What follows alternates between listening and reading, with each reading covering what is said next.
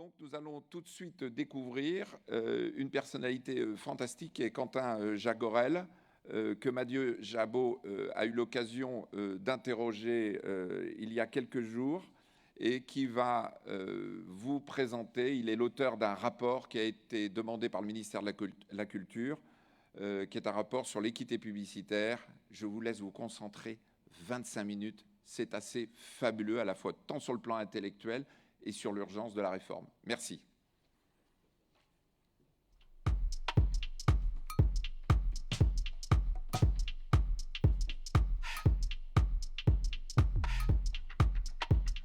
Nouveau temps fort, particulièrement attendu au cœur de ces rencontres de l'océan Indien, puisque nous allons parler des GAFA, et j'ai le plaisir de recevoir M. Quentin Jagorel, alors inspecteur des finances, enseignant à Sciences Po. Vous êtes également chargé de mission pour le pilotage, la coordination et le suivi du plan de relance auprès du ministre de la Culture. Et vous êtes également le co-auteur du rapport sur la publicité en ligne, un rapport que vous allez donc nous présenter ici. Oui, merci beaucoup, merci de votre invitation. Donc c'est un rapport qui nous avait été commandé par le ministère de la Culture et par le secrétariat d'État au numérique, un rapport qu'on a établi donc au cours de l'année 2020 avec l'économiste Anne Perrault, ancienne vice-présidente de l'autorité de la concurrence, et Mathias Emmerich, conseiller référendaire à la Cour des comptes. Alors on est parti d'un constat d'abord sur le marché de la publicité en ligne en France, en Europe et dans le monde, avant d'en tirer quelques grands enseignements et de formuler des préconisations pour les décideurs publics, à l'échelon français bien sûr, mais surtout, évidemment, parce que ces questions-là sont essentiellement européennes, à l'échelon de Bruxelles. Alors d'abord, le marché de la publicité en ligne, peut-être, quelques rappels, quelques fondamentaux. D'abord, il repose sur le ciblage des audiences, mais j'imagine que tous nos spectateurs le savent. Un ciblage contextuel, un ciblage sociodémographique, géographique, temporel, contextuel, qui permet en fait, grâce aux données qui sont collectées sur Internet, via différentes technologies, soit les cookies qui sont des traceurs sur les sites, soit les environnements logués, qui sont des espaces sur Internet comme ceux de Facebook ou Google qui exigent une identification avec un mail et un mot de passe. Donc, soit par cookies, soit par environnement logué, ces outils qui permettent de récolter, de collecter des données sur les internautes et ensuite de les profiler puis de les exploiter. C'est ce qu'on appelle l'activation des données pour cibler l'individu sur Internet en fonction de son profil et en fonction de son passé de navigateur sur les sites, notamment ses actes d'achat. Donc ça, c'est une grande différence avec la publicité classique, c'est que la publicité en ligne est ciblée et donc que le clic vaut plus cher parce que l'audience est qualifiée. C'est-à-dire que c'est une audience qui est déjà prompte à faire un acte d'achat, à poursuivre son intérêt pour le produit qui est vendu. La conséquence, c'est que les audiences et les inventaires sont fragmentés et quasiment illimités. Là où la publicité classique fonctionne sur des plans médias, une publicité sur TF1 après le journal de 20h, la publicité ciblée sur Internet, par définition, fragmente les audiences, parce qu'on va chercher l'individu, et fragmente les inventaires, puisque chaque page visitée par un internaute est un inventaire différent. Si vous allez sur le site du Monde et si j'y vais, nous n'aurons pas les mêmes annonces, parce qu'elles dépendent du moment où on se connecte, et elles dépendent surtout de votre profil ou du mien. L'autre grande donnée du marché de la publicité en ligne, c'est la différence entre le search et le display, les deux grands marchés. Le search, avec un leader incontesté dans le monde, Google, constitue 42% du marché de la publicité en ligne. Et il s'agit en fait des requêtes sur le moteur de recherche et des publicités qui sont placées sur ce moteur de recherche en fonction des requêtes saisies par l'internaute. Vous imaginez l'efficacité de ce type de publicité, puisqu'on va présenter un message publicitaire qui est en lien direct avec la requête saisie sur son clavier par l'internaute. L'autre grand marché de la publicité en ligne, c'est le display, c'est-à-dire l'affichage de bannières ou de vidéos, soit sur un site classique, ce qu'on appelle le display non social, soit sur un réseau social, Facebook, Instagram, TikTok, etc., ce qu'on appelle le search social.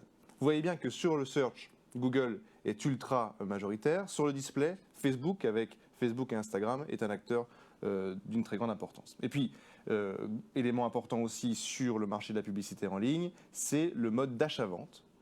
Traditionnellement, même au début d'Internet, on était sur un achat-vente d'espace publicitaire qui était du gré à gré. C'est-à-dire entre l'annonceur et l'agence d'une part, et l'éditeur et la régie d'autre part, il y avait des accords au gré à gré pour vendre et acheter des espaces publicitaires.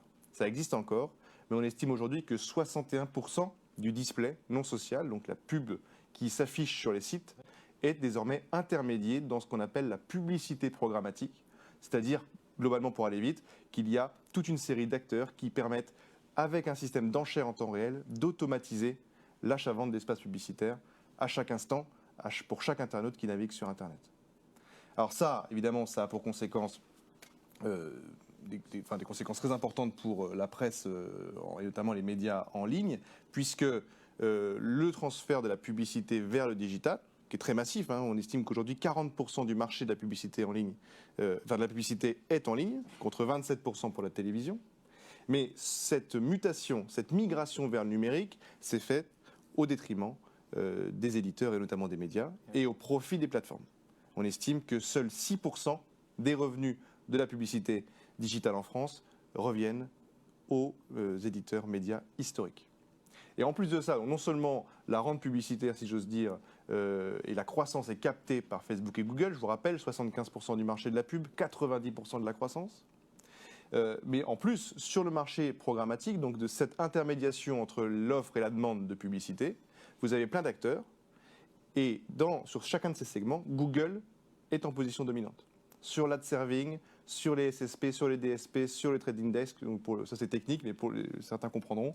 En tout cas, sur chacun de ces segments, Google, ou ses concurrents, mais Google est très fort, prend une partie de la rente publicitaire. Et donc sur 100 € qu'investit un annonceur, on estime qu'environ une quarantaine revient dans les poches de l'éditeur. Donc 60% de la valeur est captée par des plateformes qui ne sont ni annonceurs ni éditeurs et donc qui se servent qui offrent un service d'intermédiation technique, mais qui captent une grande partie de la valeur. Donc au total, les médias voient leurs ressources publicitaires se tarir, parce qu'évidemment, tout ce qui disparaît des secteurs traditionnels de la pub va vers le digital, mais sur le digital, on leur capte une grande partie de la rente, donc la ressource est captée.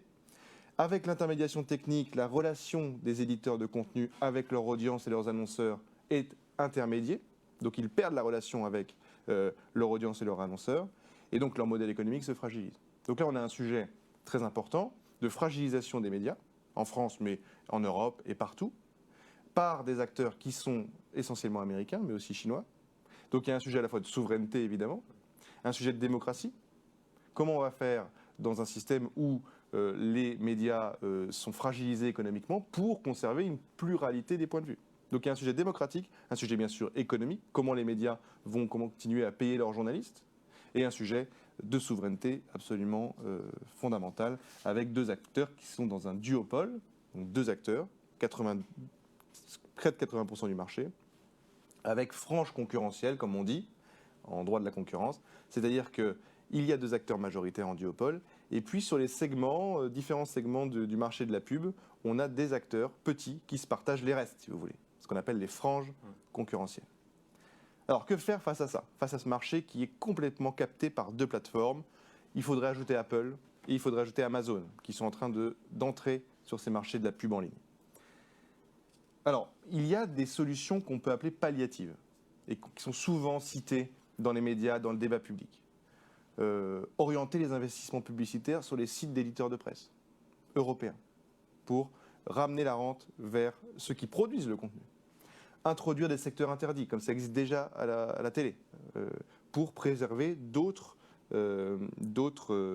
canaux de publicité. Par exemple, on pourrait interdire de faire de la pub pour les voitures sur Internet, afin que la ressource publicitaire pour les voitures s'oriente vers des médias traditionnels. Ça, c'est possible, ça existe. On pourrait évidemment développer les offres payantes. Si le New York Times l'a fait récemment, si un journal n'est accessible que par abonnement, il n'est plus dépendant de la publicité. Mais là se pose évidemment la question du modèle économique et de l'accès démocratique pour tous, même les plus modestes, au contenu journalistique.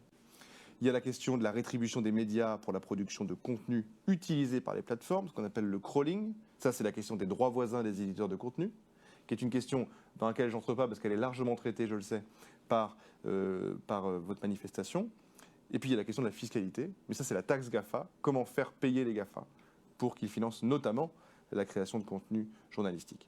Bon, tous ces sujets sont importants, font l'objet de grands débats politiques, mais sont un petit peu à côté de notre sujet, parce qu'ils sont palliatifs. Ils regardent la situation, on a un duopole, on a une menace imminente et grave sur des modèles économiques d'acteurs qui participent au pluralisme des opinions dans notre démocratie. Et face à ça, qu'est-ce qu'on fait? On essaie d'orienter les ressources, on essaye de mettre des rustines, en fait, si vous voulez. Donc c'est palliatif. Il y a d'autres mesures palliatives qui seraient d'égaliser les contraintes juridiques, les normes qui s'appliquent au digital et à la publicité classique. Ça, c'est d'autres formes de création d'un level playing field, comme on dit en droit de la concurrence, c'est-à-dire d'un terrain de jeu équitable entre tous les acteurs. Mais on ne va pas au fond des choses si on dit ça. On s'arrête, à mon avis, au seuil de la question si l'on ne s'intéresse qu'à ces mesures, certes intéressantes, mais limitées. À mon avis, et c'est l'avis aussi de mes collègues Anne Perrault et Mathias Emmerich, pour répondre à la question, il faut répondre aux sources du pouvoir de marché des GAFA, et notamment sur le marché de la pub en ligne, de Google et de Facebook. C'est comme ça qu'on réussira à rétablir un petit peu l'équilibre et à partager la valeur. Alors, quels sont les comportements anticoncurrentiels de Facebook et Google? Parce qu'on entend plein de choses, des choses qui sont souvent imprécises et qui, sur le marché de la publicité digitale, en fait, répondent à des comportements extrêmement identifiés. Premier type de comportement que Google pratique beaucoup, c'est ce qu'on appelle l'intégration verticale. Donc le fait d'avoir tous les étages de la fusée sur un marché, si vous voulez, d'avoir différents segments, qui peut créer des conflits d'intérêts. Google a une stratégie dite du full stack, c'est-à-dire que Google va proposer aux éditeurs, les publishers ou aux annonceurs, des solutions à toutes les étapes de la commercialisation de la publicité. L'ad serving, le trading desk, le SSP, le DSP et la place de marché, l'ad exchange. Et en faisant ça, c'est une stratégie donc d'intégration. Google est présent du côté de la demande et est présent du côté de l'offre. Et vous imaginez bien qu'une entreprise qui, par ailleurs, dans un secteur qui est complètement dérégulé, qui est très opaque et qui échappe largement aux législations et au contrôle des pays, un acteur comme celui-ci peut faire ce qu'on appelle le self-preferencing, donc l'auto-référencement, le fait que des outils, des briques de Google côté demande vont favoriser la brique de Google côté offre et inversement. Et donc, chaque outil de Google renforce un autre outil du spectre serviciel de Google. Et puis, il y a un autre élément anticoncurrentiel potentiellement qui vient se greffer, c'est ce qu'on appelle le bundling. Un bundle en concurrence, c'est ce qu'on appelle des offres liées, des tarifs groupés. Google fait des offres qui sont assez bon marché si l'éditeur ou l'annonceur choisit de prendre toute la gamme des produits et de ne pas passer par d'autres, Smart, Nexus, etc. Et en plus, créer un bundle technologique, pardon, c'est un peu technique, mais c'est-à-dire la non-interopérabilité des services de Google avec d'autres. C'est-à-dire que vous n'avez pas le choix que d'utiliser, si vous utilisez l'ad server de Google, si vous êtes lefigaro.fr, vous n'avez pas vraiment le choix, parce que c'est plus cher et parce que c'est beaucoup plus compliqué, de prendre la SSP d'un autre acteur du marché. Donc ça, c'est des comportements de prédation anticoncurrentielle. Ensuite, il y a un autre type de comportement anticoncurrentiel, c'est les ventes exclusives d'inventaire propriétaire. Google et Facebook ont des wall gardens, donc des jardins clos, qui sont des espaces fermés dans lesquels on ne peut entrer que si on est logué et dans lesquels on ne peut, pour un annonceur, acheter des espaces publicitaires que par la régie publicitaire de la plateforme en question. Pour YouTube, c'est DV360. Pour Facebook, c'est la régie intégrée Facebook Ads. Et ça, qu'est-ce que ça crée? Ça crée un monopole sur des inventaires gigantesques et des audiences de millions de personnes, de milliards de personnes, un monopole de l'intermédiation publicitaire. Par exemple, sur YouTube, vous ne pouvez pas ne pas passer par soit DV360, qui est la DSP de Google, soit par Google Ads, qui est la régie publicitaire, si vous voulez, de Google, pour acheter de la publicité sur YouTube, les pré-rolls, vous savez, les petites vidéos avant les vidéos. Vous êtes obligé de passer par les outils de Google. Et ça a pour, évidemment, conséquence, c'est nouveau, hein, c'est depuis 2015, avant ce n'était pas le cas, ils ont refermé le jardin clos. Et donc évidemment, comme YouTube est la principale plateforme vidéo, en créant ce monopole de la vente d'espace sur YouTube avec leur outil Google, ils ont renforcé à la fois la publicité sur YouTube et renforcé leur DSP. Et donc ils écrasent encore plus leurs concurrents sur le segment de la DSP. Donc c'est des comportements très classiques de conglomérats et qui rendent impossible en fait pour les autres d'accéder au marché, ou en tout cas de disputer les places de leaders de Facebook et Google. Il y a d'autres problèmes, comme le fait que Google et Facebook sont des juges et des parties. C'est-à-dire que c'est Facebook qui mesure l'efficacité des campagnes, c'est Google, avec Google Analytics notamment, qui mesure l'efficacité des campagnes qu'il vend lui-même. Je vous rappelle qu'à la télévision, il y a une autorité qui s'appelle Médiamétrie, et qui est extérieure aux chaînes, qui, de façon plus ou moins indépendante, mais quand même indépendante, va dire hier sur TMC, il y a eu 2 millions de personnes, hier sur TF1, il y a eu ça. Et ça, évidemment, ça a comme conséquence de valoriser, de donner un prix à l'espace publicitaire à la télévision. Google et Facebook sont directement intéressés par le coût de la publicité, parce que c'est eux qui en touchent la moitié, et c'est eux qui fixent ce coût en fixant les audiences et en fixant l'impact des annonces sur le public touché. Donc il y a un phénomène d'auto-mesure contre lequel il faudrait lutter. Alors, pour entrer dans le débat, et après, pardon, j'en termine pour cette première partie, comment cibler les sources de ce pouvoir de marché des plateformes? Il y a 2 grandes sources du pouvoir de marché des plateformes. La première source, c'est la capacité qu'ont les plateformes à collecter, à croiser et à exploiter des données nombreuses et variées qui leur permettent d'offrir une large gamme de services, de profiler des audiences, de vendre de la publicité. Et en plus, ils proposent des solutions technologiques qui permettent d'acheter et de vendre de la solution en self-service, de la publicité en self-service. Donc ils ont tout. Ils récoltent la donnée, ils la croisent, ils l'activent et ils permettent aux annonceurs et aux éditeurs de l'exploiter. Alors là, on rentre dans ce qu'on appelle en droit de la concurrence la facilité essentielle. La facilité essentielle en droit de la concurrence, c'est un élément, une infrastructure, là, les données, qui ne sont pas réplicables par les concurrents dans un délai raisonnable et à un coût raisonnable. Et qui sont constitutifs du marché et constitutifs de la possibilité d'entrer sur ce marché et de venir disputer les parts de marché des leaders. Et donc, nous, on considère dans la mission que les données, certaines en tout cas d'entre elles, de Facebook et Google, sont des facilités essentielles. Parce que, vu leur ampleur et vu l'avance qu'ont ces 2 plateformes, personne ne pourra, dans un temps raisonnable, à un coût raisonnable, avoir ces données. Et reproduire ce même type ce volume et cette qualité de données. Et on est donc dans une situation, une impasse. Donc ce qu'on propose, nous, c'est d'encadrer au moins les pratiques qui consistent à attribuer à un même compte logué des données collectées sur des services et sites différents. Donc, le fait de croiser les données. Aujourd'hui, vos données de WhatsApp sont croisées avec Insta et Facebook pour vendre de la publicité. Si vous allez sur Google Maps, les données de géolocalisation vont être croisées, bien sûr, avec YouTube et avec Google Search pour vendre de la publicité. Et donc ça, on considère qu'il faudrait davantage l'encadrer. Et puis contraindre les plateformes à partager leurs données avec les tiers demandeurs si celles-ci correspondent à une facilité essentielle. Si les données sur le marché de la publicité en ligne ne sont pas réplicables et sont absolument essentielles pour avoir une place sur le marché, alors il faut qu'on organise à l'échelle européenne. Et pour ça, il faut une volonté politique très forte. Et il faut réussir à trouver un consensus à l'échelle européenne pour imposer à Google et Facebook notamment, mais aussi à Apple et à Amazon et aux futures plateformes chinoises, de partager une partie de ces données pour donner aux concurrents une chance, ne serait-ce qu'une chance, de se battre à armes égales sur un marché donné, en l'occurrence le marché de la pub en ligne. Alors, on l'a dit, et j'en termine par là, Facebook et Google non seulement sont forts, 3/4 des parts de marché, 90% de la croissance, mais ils sont non seulement forts, mais ils sont en plus à des positions extrêmement stratégiques sur le marché de la pub en ligne. Ce qu'on appelle des gatekeepers, des gardiens de l'entrée, et des bottlenecks, des goulots d'étranglement. On est obligé de passer par eux, et tout le monde dépend d'eux. Ils fixent les standards. Quand ils décident de modifier quelque chose sur leur technologie, sur leur offre commerciale, ça bouleverse tout le milieu de la tech. L'exemple le plus connu, le plus récent, c'est l'annonce dans le sillage d'Apple, de Google, de supprimer à horizon 2022 les cookies tiers sur Internet, qui a beaucoup déstabilisé Criteo notamment.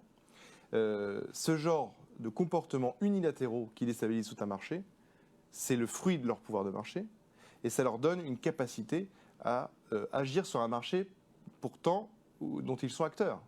Ils ne sont pas censés être les maîtres du marché. Les maîtres dans une démocratie, françaises ou européennes, ceux qui fixent les règles, ce sont les gens élus. Ce n'est pas à Google, depuis San Francisco, de fixer les règles. Pourtant, et c'est un cas classique de situation de monopole, c'est Google qui fixe les standards et qui fixe les conditions du marché à tout le monde. Une façon de résister à ça, c'est d'imposer l'interopérabilité et la portabilité. Parce que le fait d'être bottleneck et gatekeeper, ça vient du fait qu'il y a des living costs, comme on dit, que le coût de migration pour un utilisateur, pour vous, pour moi, partir d'Instagram, partir de Google, partir de YouTube, partir de WhatsApp, a un coût important. Parce qu'il n'y a pas d'alternative, ou très peu. Et quand il y en a, c'est ce qu'on appelle l'effet de réseau, personne n'y est. Donc vous n'allez pas aller sur Signal ou sur n'importe quel autre outil de messagerie si aucun de vos amis n'y est, ou aucun membre de votre famille. Et donc, ces effets de réseau créent la dépendance. On est captif de ces plateformes. Et donc, imposer l'interopérabilité au cas par cas et la portabilité des données aux plateformes à effet de réseau nous semble être un outil très important pour casser ce monopole qui est aujourd'hui indisputable. Et puis, interdire de paramétrer par défaut leurs services et applications sur des terminaux sans désactivation possible. C'est un autre problème qui est lié à cet effet gatekeeper, c'est que Google notamment, mais aussi Facebook, ont des accords, notamment avec Apple ou Samsung, pour imposer et pour installer par défaut, sans que la désinstallation soit très facile, leurs outils. Sur Safari, le navigateur par défaut, c'est Google, Chrome, par exemple. D'accord. Voilà un petit peu le premier panorama sur nos travaux. Alors, vous avez été particulièrement complet et précis, et même si c'est des termes très techniques, ça nous permet quand même d'en savoir un peu plus. J'ai 3 questions assez courtes à vous poser. C'est comment est-ce qu'on peut adapter les outils du droit de la concurrence à cette situation des plateformes, selon vous? Alors, le vrai problème du droit de la concurrence, et on l'a vu avec énormément de cas dans les dernières années, et notamment à l'échelle européenne, c'est qu'il n'est pas adapté par sa complexité, par sa lenteur d'instruction, à la rapidité du marché du numérique. Le cas Google Shopping est très connu, 7 ans pour intervenir et pour avoir une sanction de la Direction générale de la concurrence à Bruxelles, alors que le marché entre-temps avait évolué à une vitesse folle. Donc ce droit de la concurrence traditionnel, qui est trop lent au regard de cette célérité avec laquelle le marché digital évolue, doit être modifié. Alors, de plusieurs façons à notre avis. Aujourd'hui, le droit de la concurrence s'applique ex post, a posteriori. C'est-à-dire que globalement, on regarde si une entreprise a eu tel ou tel comportement anticoncurrentiel, si ça a eu pour effet de constituer un abus de position dominante, c'est les termes, et on sanctionne s'il le faut. Nous, notre idée, c'est qu'il faut passer à une régulation ex ante. Et donc se fixer des règles avant même que les comportements anticoncurrentiels se manifestent. Alors comment on fait ça? C'est un renversement incroyable de la logique du marché, enfin du droit de la concurrence en France et en Europe. L'idée serait d'avoir une régulation donc avant, asymétrique, ça veut dire qui ne viserait pas tous les acteurs économiques, mais qui ne viserait que les plateformes concernées. Il faudrait donc définir les plateformes dites structurantes qui entreraient dans cette liste. Facebook et Google y seront, rassurez-vous. Okay. Et il y aurait un code de conduite. Moi, je peux l'interviewer, c'est easy. Avec des choses interdites, des choses autorisées. Des choses interdites, par exemple, croiser les données entre tel ou tel outil, par exemple. Ce code de conduite devrait être extrêmement évolutif pour s'adapter au marché qui est lui-même très mouvant.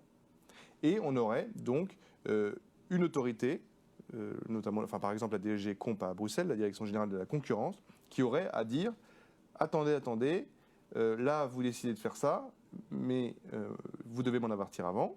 Et moi je vous dis que dans le code de conduite, ça c'est pas autorisé, et donc on ne vous autorise pas à le faire. Alors même qu'il n'y a pas eu encore de comportement répréhensible au sens du droit de la concurrence. Donc c'est un renversement complet qui peut être souvent extrêmement discutable au regard notamment de la liberté d'entreprendre. Mais là, c'est très politique. Il faut absolument qu'on se donne les armes à l'échelle européenne pour lutter contre des plateformes qui sont devenues hors de contrôle. Le droit de la concurrence, c'est aussi le contrôle des concentrations. Donc le fait que des entreprises fusionnent ou qu'une entreprise absorbe une autre. Le cas le plus connu sur le marché de la publicité en ligne, c'est évidemment DoubleClick qui a été absorbé par Google en 2007. Et aujourd'hui, on a un problème, c'est que quand les petites boîtes qui sont absorbées par des gros acteurs sont absorbées, il y a des seuils de contrôle qui sont en chiffre d'affaires. Et les boîtes absorbées, comme WhatsApp par exemple, n'avaient pas du tout de chiffre d'affaires au moment où elles ont été absorbées par Facebook. Et donc là, il faudrait changer les seuils pour avoir un contrôle des concentrations beaucoup plus pertinent et qui pourrait avoir une réelle efficacité pour ce type d'absorption et d'acquisition prédatrice. Quentin, je vous pose une dernière question, elle est volontairement peut-être provocante. Faut-il démanteler toutes ces grandes plateformes, ou en tout cas, comment est-ce qu'on peut améliorer la coordination entre les différents régulateurs en conclusion donc, de cette intervention ? Bon, alors effectivement, le démantèlement, c'est un sujet qui est beaucoup revenu dans le cadre de la campagne américaine, notamment. Elizabeth Warren, qui était candidate à la primaire démocrate, en avait beaucoup parlé. Alors pourquoi pas ? Le rapport ne ferme pas la porte à ça. Et l'idée est que si les sanctions et injonctions préalables, et si notamment la nouvelle régulation ex ante qu'on mettrait en place, ne sont pas efficaces, on pourrait imaginer des démantèlements, in fine, si les plateformes ne jouent pas le jeu. Alors, quand même un petit point, quand on dit démantèlement, il y a plusieurs façons de démanteler. Il y a le démantèlement structurel, c'est en fait la séparation capitalistique, le fait que YouTube et Google Search seraient les entités qui n'auraient pas le même propriétaire. Donc ça, si vous imaginez un peu la violence, on casserait une entreprise en deux. Pourquoi pas ? Mais ce serait compliqué. Parce que où vous coupez, où vous sciez. Voilà. Et puis après, il y a des séparations fonctionnelles qui sont plus simples à mettre en place et qui peuvent être très intéressantes. Ce qu'on appelle les Chinese Walls, les murailles de Chine. Le fait qu'on impose à Google et Facebook, notamment à Google, c'est plus pertinent pour Google, de séparer fonctionnellement, donc de séparer les fonctions comptables, les personnes, les bureaux et tout, les prises de décision entre une partie de Google et l'autre. Qu'il n'y ait pas de pont et de dialogue en permanence. Et ça permet de lutter notamment contre le self-preferencing dont je vous parlais tout à l'heure. On crée des murailles de Chine pour cloisonner les activités et libérer le marché en évitant cet effet conglomérat qui nuit beaucoup à la concurrence. Sur votre dernière question sur l'articulation entre les différents types de régulation, ça c'est un sujet très important parce qu'aujourd'hui la régulation de la privacy en ligne, de la vie privée des utilisateurs, peut jouer en faveur des plateformes en ayant un effet néfaste sur les autres acteurs de la tech et sur les éditeurs, avec notamment le rôle des cookies. Bon, je ne rentre pas là-dedans parce que c'est un grand contentieux avec la CNIL, mais en tout cas, nous, ce qu'on voit, c'est que les autorités de concurrence et les autorités de contrôle du respect de la vie privée, parfois agissent de façon non concertée. Et donc le rapport préconise d'avoir des analyses plus concertées avec avec un système d'avis croisés entre la CNIL d'une part et les autres régulateurs d'autre part. Merci beaucoup Quentin Jagorel, merci de nous avoir partagé votre expertise et les éléments, les marqueurs forts de ce rapport. C'est tout simplement passionnant. Merci à vous. Merci beaucoup.